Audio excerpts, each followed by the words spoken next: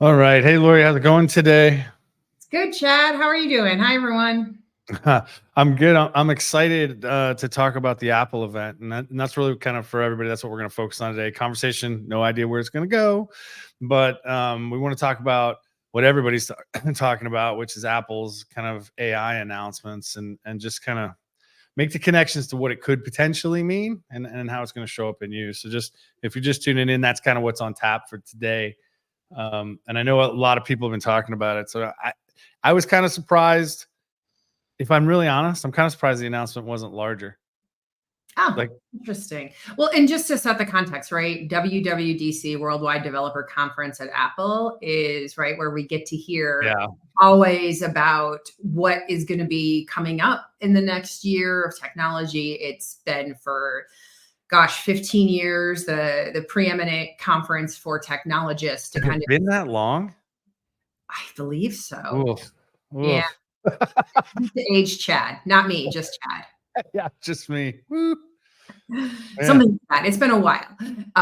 But yeah, it is. That's where us technologists, we get all excited because they start talking about the things that are, on their plate, what's coming up, what they kind of see. So it does ultimately give shape. Some of the years have been incredible, like the year the iPhone came out, right? And then other years have been duds. Like I think when they went from 13 to 14 on iPhone, it wasn't that great. But this year there were some really exciting announcements. And I think the one that really stood out for me was Apple talking about how it's going to partner with OpenAI for AI. Is that what you were referring to when you said you thought it Well, was so or I mean, there were people that said that, hey, it was kind of in the background, like we think Apple's going to partner with OpenAI, and there were conversations around that, and you start to think, I mean, I guess I'm glad they owned it, but if you think about Apple has that walled garden appeal, right? Like they're very much all about protecting people's data, protecting their privacy. And you have, at this event, you've got the number I saw, and I don't hold me to it, anybody, but the number I saw was like over 800,000 people were tuning into this event.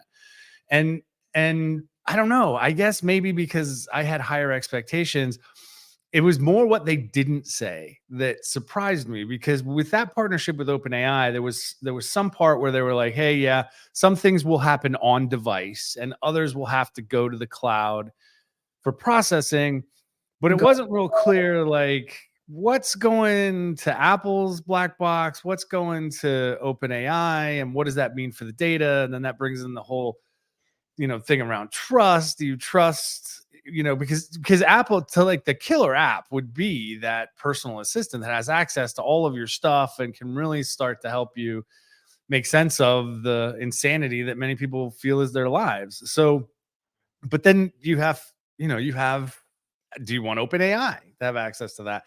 And I just I don't think they explain that really, really well yet. I mean, maybe I missed it, but it just to me felt like, where is all my data going? Well, I mean, I definitely think they got some loud critics on that point of, and just kind of set the context, right? Apple and Microsoft have been at war for a long time about, do you have an open source, which is Microsoft's idea, Google's idea, right? Of like, no, you let the community build. Or Apple is where everything, as Chad mentioned, like has boundaries, which means that it's got a closed system. For those who don't know, you don't really get viruses or anything like that on Apple's, because there are really strict standards about what can be submitted to the platform and what can't. So that closedness of Apple has always led to people feeling more secure with their data and safety. Even though the company has it, it's not as accessible as it is when you have an open source community. So I got that too, that when they were talking about how the data exchange is gonna happen, one, I actually think it's amazing for mankind, right? Like if we're saying, hey, we are at a pivotal point in time with technology, let's actually partner up so that we can get the technology to a place to just start automating and taking care of some of the stuff that humans don't want to do, right? And give us the opportunity to start thinking bigger. But it did, to me as well, seem as if there was a little wishy-washy of how that data transfer is going to happen. But I don't know if that is good or bad, because it might be good that they're sharing what their intentions are to build for the community, and they might not know. I mean, you and I know in development, we don't know the answers a lot of times, right? You know Yeah, the that's problem true. we're going to That's solve, and you fair. have it like laid out, which is also introducing a different way of thinking. Yeah, I mean, that's fair. We're at a point, the tech's moving so fast that I think a lot of people, there was a meme I saw where it was like, when everybody's digging for gold, sell shovels. And it was in reference to Nvidia selling all of the chips to, Microsoft, Google, OpenAI. And which is why they're, a I think it's over $3 trillion valuation at this point. But you think about, where is it going to go? And I don't know. Just like we're saying, nobody has all the answers at this point, right? There's certain kind of trends that you see. Like, people agree that, okay, we're going to be able to automate a lot of things. We're going to be able to integrate AI in almost any profession that's out there. I was at the dentist this morning, and they actually were looking at a potential program that would apply AI to reviewing dental x-rays I for love that. better diagnosis of problems. And I was just like, that wasn't even one that had been on my radar. And here I am talking to my dental hygienist about it. And part of it was because she said, well, I have an Apple phone, and so I'm going to get really comfortable with the tech because it's going to be built into the phone, and I don't really have to do much with it. Now, that concerned me a little bit, because it was like, hey, here's a new toy, but you don't really understand how the toy works or how to maximize enjoyment with the toy or effectiveness of the toy. And it made me start to wonder if, even though we're excited by all this stuff that Apple's going to do, and it being, ChatGPT 4.0 being integrated into Siri, are we over equipping people without giving them? It's kind of like Cliff Notes. Are we just giving everybody the Cliff Notes version to life, or are we going to actually ask some people to read Shakespeare? Right? You know what I mean? I love that thinking. And yeah, I think we want both, right? One, I can share with you feedback that I've gotten from, just some of the research that I've done from leaders is that, right, they hate when the AI stuff shows up on Google and they're like, I just want my answers. And this is very simplistic, right? Like, leaders who aren't technologists are like, hey, why? I just want the answer. I don't want to have to think that. I don't want to think. They don't want to think. So there is that idea of, if you start to see and use, you actually will learn, which actually goes along very much with Apple's philosophy of how they release things out. If you notice, they don't give directions. They actually spend more money on their marketing to show you what a swipe might be. Like, remember when we had to learn what, swipe to open, or Right. lift up to open? Like, we actually had to learn that, and there weren't directions. Apple did commercials about them. So I feel like there's a little bit of an advancement of society and people being able to get the results of it.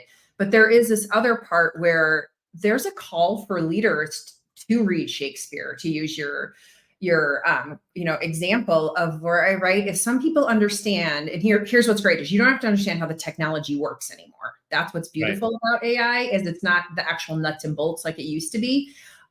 Chad and I can both say that from being in the industry for so long, for a couple of decades. But we do need leaders and people who are thinking a little bit differently, that understand that automation is like one little part of what is possible. And we need leaders who are thinking beyond just automating processes, right? So I think that we all, like, there's this call that with, I think, ChatGPT being just given to everybody and everybody using it, that we will hopefully accelerate that understanding of people to say, oh, wait, like, it's like having my own research team or my own design team in my phone that I didn't have before. So I think it's a little of both. I'm with you. I think it's a lot of the, some of the things that were old still apply, right? Garbage in, garbage out. Before, we always used to use that when we were talking about data, right? You had crap data, you get crap results.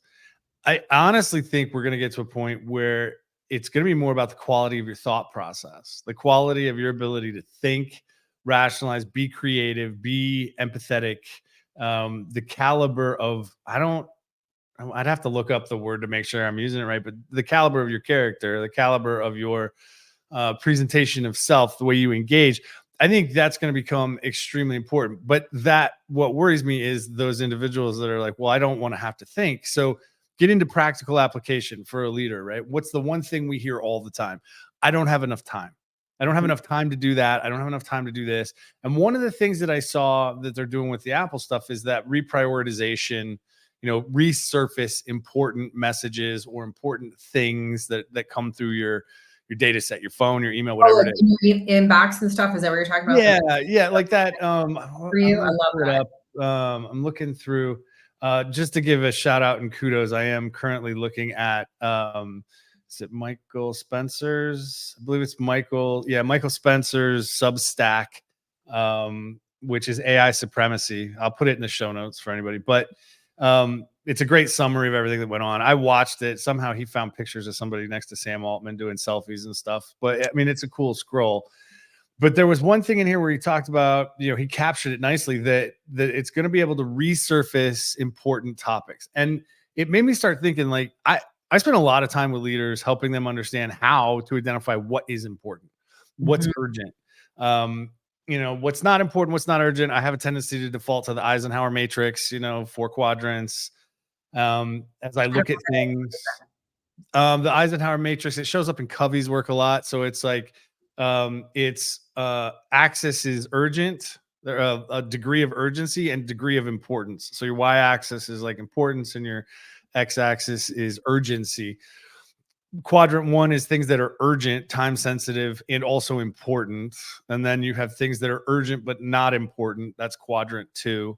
Then you have important but not urgent. That's quadrant 3. And then things that aren't important and aren't urgent, which are quadrant 4. Depending on who you're talking to, they'll use different phrases, but like quadrant 4, things you need to get rid of. Quadrant 3 are things that you should delegate. Quadrant 2, that important but not urgent, are things you should schedule. And then quadrant 1, important and urgent, are things you need to take care of. They're things that only you can handle. And it requires some analysis and honestly some connection to what is your objective, not just from a business standpoint. I know you and I are both big on, what's your purpose? Work may not be your purpose, or what you're doing may not be helping you achieve your purpose. It's a step in that direction. And so when we say urgent and important, we're talking about those things that are going to get you closer to your goal, whatever that may be, right? And so you really are doing some internal reflection. And so now I get worried that, okay, I'm going to rely on this AI to say, hey, this is a really important topic and you need to address it. And then I turn around, and if I really stop and think about it, instead of just respond, I go, no, you're wrong. That's not for me. That's not it. Like, do we get to a point where we stop that critical analysis of our self-realization plans? Like, where is our goal? Because if we're, as leaders, if we're not working that way, we can't lead that way. And I just get worried that convenience, because let's be honest. We live in a society of the more convenient, the more I will pay for it. It's totally right. Like, it is. But I don't know. I mean, just to not be the pessimist, but isn't that already going on? Like, I spent 5 years at a Fortune 500, and I can tell you there are people who literally go through and spend time everything equally as if it's all the top priority. So because then it goes back to critical thought, though. Thinking actually happening. And is there at least the possibility now of raising some things up to help you prioritize? Because I'm a firm believer of priority lists are great as long as they're moving. Right? Yeah, they have to have motion. Time and time again, where leaders are like, that's it. This is our quarterly or our yearly thing, and it's not going to move.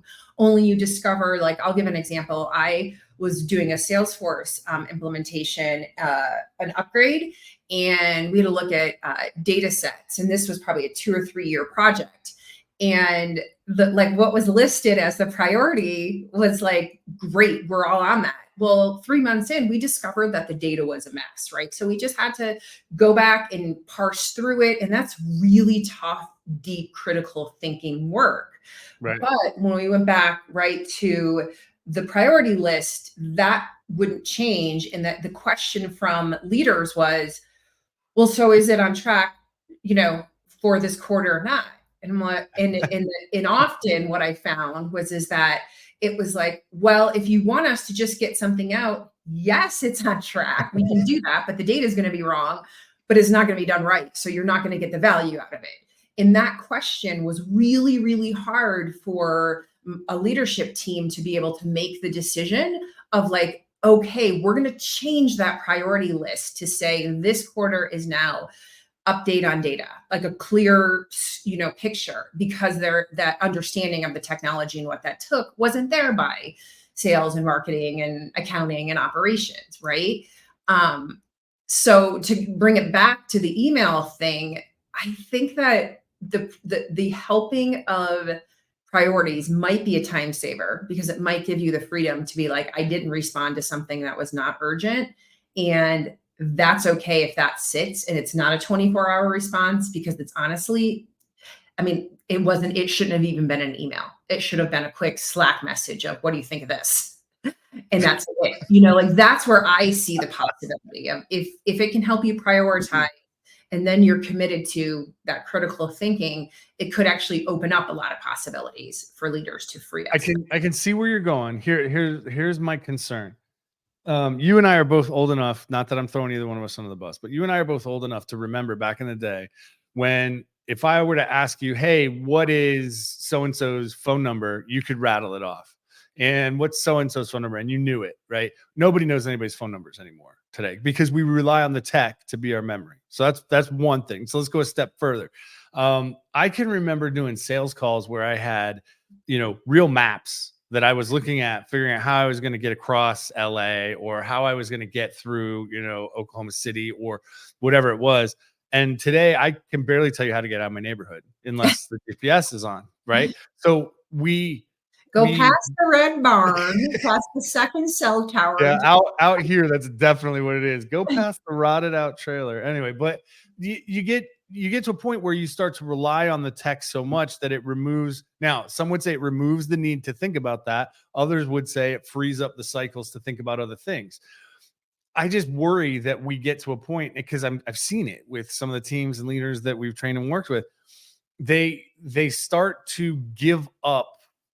What's the word I would use? Agency. They give up themselves a little bit in over reliance on the tech. So now something happens. Wi-Fi goes down. Like, I'm in an area where if you don't have Wi-Fi calling, you're not making calls. So Wi-Fi goes down. You're cut off from the world. The tech doesn't work. I have to wait until, now I'm over exaggerating, but I have to wait until it comes back on so I can actually leave my house to go find the grocery store. I'm over exaggerating a little bit, but you go back to the prioritization stuff. If I'm trusting, and that's really what it comes down to, is trust. Do I trust the tech? Do I trust the motivations of the individuals that are putting the tech out there, and or what the tech can do? What am I sacrificing? And if I'm sacrificing, if I choose to trust the tech to tell me what's important, then am I giving up, or am I sacrificing, or am I dulling the sharpness of my critical thinking analysis and my ultimate purpose realization, right? Am I sacrificing a piece of that agency? Does that make sense? It does make sense, but I feel like that's a big fat no. Like, you're you're a human being. You are using critical thinking all the time. I do think there's a scenario where, with the hierarchical kind of industrial management, meaning the leader says something, you do it. Like, we've literally trained, teams and people and systems to only do what the boss says. So we've actually already removed a lot of that critical thinking. So I think that the critical thinking doesn't go away in your life. Like, if your Wi-Fi went down, I'm very confident that you could go and find a grocery store. Like, I think me, Chad. I could pull that off. Yes. Right. But the question is where do we get the pleasure from? We get value back when we use that critical thinking, right? So the question, I agree with you on the trust, but I don't think that it would stop critical thinking. I would just think what's going to happen naturally in your brain is the idea of fairness. Like, is this worth my time to spend my critical thinking here? Oh, this person's going to come in and poo poo it anyways, or say yay or nay. Like, I'm not going to do anything till I get their approval anyways. So I'm not going to spend it there. You know what I'm going to do is I'm going to figure out, how do I help create a new bike trail in, Lone Tree, Colorado, right? Like, that's where I'm going to put my energy. But the critical thinking won't go away. The question is can we as leaders, and, by Apple and Microsoft partnering up, are we throwing it to the community to say, hey, let's let the community get some of this basic stuff together, the positive and the negative, so that we might be able to actually bring critical thinking back in, rather than just, I do what my boss says or doesn't say, and I don't do more than what my role description is. So, okay. So, but now I'll go back to, so if we're specifically talking about critical thinking, and there's a lot that goes into critical thinking, right? There's a lot of ways you can peel that back to layers on that. If you look at just specifically in business, the number of times I've run into, I don't want to say inability, but not cognitively engaged enough to apply critical thinking. And they just default to what's next, what's next, what's next, what have I been told to do, what do I got, the industrial kind of mindset. If AI is supposed to increase the need for the human skills, we have to be careful at where we're leveraging the AI, and really, I think, understand what we're giving up. Example, kind of in line, would be, and you and I both remember this, because we were on the forefront of developing apps when they decided that they wanted the phone to be able to tell systems where you were. And there was a huge pushback on, they don't need to know where I am. I know that's me. They don't need to know where I am, until they realized that if you didn't tell them where you were, your GPS wasn't going to work. It wasn't going to recommend good Italian restaurants. It wasn't going to, it wasn't going to do all these other things that you really wanted it to do. So you hit this tipping point where the convenience and the accessibility to the tech overrode your own desire for privacy. And now people don't very rarely even take a second thought about the fact that you are being tracked 24/7 if you have or are in any device that's connected to, GPS of any kind. And so now it's like, no, whatever. Because most people say, well, I don't care if they know where I am or what I'm doing. Well, okay, we gave that up. So what are we giving up? That feels to me like a fair exchange, right? Like something that came up, and like the idea that if somebody's going to prioritize my emails for me, I hate email. Like, I'm all like Slack text. That's it. That's just my personal preference. But if someone's going to be like, hey, you didn't respond to, this message, and the deadline here says May 30th. Right. Like, all right. So you're talking about, now we're talking about depth of prioritization.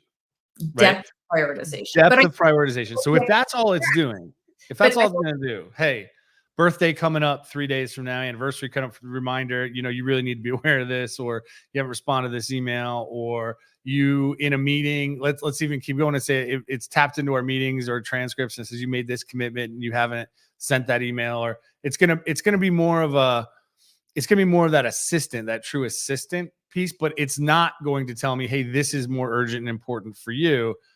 That's a different depth, in my opinion. I don't think we're far away, but I think it's different depth. I agree with you. We're not far away, but I think that's what's kind of exciting about putting it out to the community is right. Like, we're still human beings who, I think people are inherently good, and right, they want to do what's best. So if we create the opportunity for use cases, user testing, which I'm a big believer of, right, then we're going to more quickly get to, whoa, we're comfortable with this right now, but we're not comfortable going here. I'm not comfortable with you prioritizing this over that. I'm going to go with deadlines first. And those use cases are what the big tech companies are going to be building their software around, right? But if we just leave it up to a few minds in, really large companies that have shareholders that are really driving their priorities, right? Is that any better than you or I getting to decide what we consider the depth or not? And for some people, they don't, like you and I love the tech, right? And we love humans. So we're concerned about that, but some people aren't. Some people are like, I want fast, easy, so I can do whatever it takes for me to get into nature or go spend time with my kids, right? So I think, yeah, I think I'm a believer in the community, right? Like Chad and I have this idea of the collective here. And if you look around, you're going to start seeing that people are really into, hey, it's not about one company working alone. It's not about one person being alone, rather it's about putting it out to the community to see what we as humans, as a group, really want. So, okay. And so then if we think about it, and it's going to be tied into all of these things, there was one thing, and I'm still on the fence about this, but like one of the things they talked about was summarizing notes, right? And being able to do that, or automated emoji recommendations. I think they called it Genmoji or something like that. Like some of these things were a little, that's why I said at the beginning, I felt like it fell a little flat. Like there's a big nugget there about OpenAI and Apple together, and what does that mean for the data? And I think that needs exploration. There's other individuals out there who are going hardline on it and saying, well, if that happens, then certain devices aren't going to be allowed in certain companies because it's a data security breach. I'm not going down that road. But when you look at everything that was in there, Apple has always been very good at making really complex impacts come in soft, right? Like all of the changes in the UI, like, hey, it's okay. You can give me notifications and vibrate the phone and it'll create a dopamine release. And then all of a sudden I'm addicted to the phone and I didn't realize it. Like they've been really good at that. My concern is now let's look at the combination of that optimized user experience and interface combined with Gen AI that's going to be making these recommendations. We've seen attention spans go down as a result of this. I honestly believe there has been a reduction in the majority of individuals willing to or knowing how to do true deep thinking. And so now the question becomes, well, what does this mean? Does it free us up to do what you're talking about? And people will then re-engage those things they haven't been using in business for other reasons, right? Or is there some other unintended consequence? And that was kind of, because there wasn't some big wow in the Apple announcement, that was kind of where I ended up, was like, all right, well, what does this really mean? And what is the outcomes? What's the result of these decisions? Because maybe it wasn't meant to be a big bang. Maybe it was like, hey, we're just going to slowly slide this into everything. And You're being a Debbie Downer, dude. I'm just going to call it out. Like I thought there was a big wow. The idea of Apple and Microsoft, right, who now owns OpenAI, or majority of it, that is huge. That is literally the introduction of how we do work differently, right? You have two strong competitors who are saying, you know what, for the sake of the community, we're actually going to come together because we feel like instead of worrying about going to me or you, we're going to kind of give up that ego. I'm sure the shareholders are going to be scared in the next quarter, 2 quarters, but it's going to create a lot more opportunity because you're going to have more powerhouse thinking working together and actually having checks and balances. Whereas right now, we're really leaning on the tech companies. Apple's a good example. We lean on them to tell us what is going to be coming next, or companies like Salesforce, what's going to be coming next, right? Whereas now when you create it to a community, it starts getting, ideally, right, the things that are important to actual real people will start bubbling up because those are the scenarios that are going to be used. Right? Think about how Apple does it. Apple is a great example of a collective where they said, hey, let's just bring everyone together and we'll provide Amazon. They'll provide a platform where you can run your own business, but yes, you're directly competing with somebody else, but you also have access to more people. And now they've been able to dial it in to where I can order something because they can see the trends of what's really popular for people, and I can have it on my doorstep in 3 hours. Which is amazing to me. Okay, but that's a combination. So you and I both are close to finishing, if we haven't finished, Song of Significance by Seth Godin, right? Yes. And so in that book, he points to Amazon as one of the examples of one of the perfect industrialized companies where productivity is the key metric that they are Yes. doubling down on, right? And we both believe that to some extent that's going to have to change. Hence the idea of the collective, and we want to go kind of approach it from a different standpoint. So if I'm hearing you, what you're saying is that Amazon's kind of doing both. They're using the industrial mindset, which may make working for Amazon not so awesome, depending on what level you're at, versus the impact of bringing together a wide group of individuals that can run businesses, provide services, and hard goods to a much larger community. So it's kind of a combination then, from if I'm hearing you. And it's funny because if you think about it from my perspective, when Amazon came out as a bookstore or music CDs, right? Like we were like, what's this technology betting so much on it? But we didn't see the creative power of the community. So I think Amazon really started as a creative collective. I think where they've turn now, and if you ask my daughter, she thinks they're evil because, right, you can't literally every minute of you, from the turn you take, as a driver, to what your break is, like every second is tracked. And as human beings, like that just doesn't feel good, right? We don't have autonomy. And so that is the actual production side, and the things they're measuring, they've actually gone way back to the industrial complex or industrial management. And I think that it's going to have to shift at some point, right? Because people are like starting to be like, this is BS. I'm not doing that. But then you look at, they also still have the gig economy where you can pick up a few hours, and, you can pick up 10 hours easily and pick how much you want to work or don't work. So I do think the measurements that Amazon is using is crazy industrial management, right? I don't think that may help them. But that may actually help them into this next version of work, because you've put in robotics, which they've been a big user of robotics. My brother worked for a company that designed some of those warehouse robots. And so now what they've done is they've sliced every job in so thin, it becomes easier to tell an AI enhanced robot what to do. So now all of that stuff becomes potentially roboticized. And as a result, then individuals don't have to deal with that, which, okay, we can get into the philosophical discussion. I find it hysterical that your daughter, oh no, not Amazon. When we were growing up, it was all like, hey, check this out. Amazon just got this to my door in 2 or 3 hours. And now there's bigger thinking around it. And I think it's that impact of, like, again, nobody has all the answers. And I don't think anybody has any company is in shape. Any of these big companies are in the shape to just say, hey, this is our approach. I think the context of that conversation is like, hey, for warehousing or, logistics, this is our context and our approach. It's more industrialized. When it comes to connecting individuals and building a true commerce platform that connects individuals, this collective is more of our context and our approach.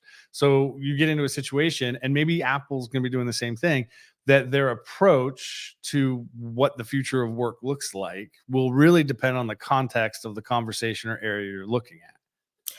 Well, I love that. And I 100% agree with you. And I think that's when we talked about complex thinking, like that's where we as business leaders and technology leaders need to be thinking about, what if some of the stuff that we do, that we've, sliced down to minute little pieces that a human being just doesn't enjoy. I mean, we see this in the workplace, right? The quiet quitting.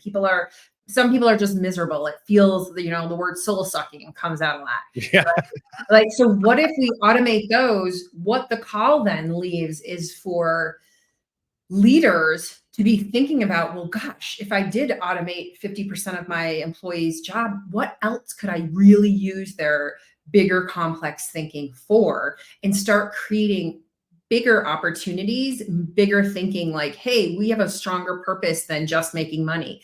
That's what I think the call is. And that's to bring it back to WWDC. I think that was a really big wow for Microsoft and Apple to be saying, hey, we're gonna quit the scarcity model of it's me or you, and we're gonna say, hey, let's actually work together, because working together is going to open more opportunities for everybody to start changing their thinking. I'm going to be the ever optimist, and that's what I'm going with, Chad. I'm excited about it. It's like partnerism and you are the ever optimist. Absolutely. And I love the conversation. I think there's a lot of things that there's there to unpack, right? A lot of things, especially around I mean the optimistic side of you. I didn't even see that. I didn't see that. So I'll thank you for that, right? I'll thank you for that. But there's definitely a lot there to unpack, which I think we can jump into on other episodes. Does that sound fair? sounds good. Awesome. All right, everybody. Well, welcome and thank you for being at the playground. We will see you soon.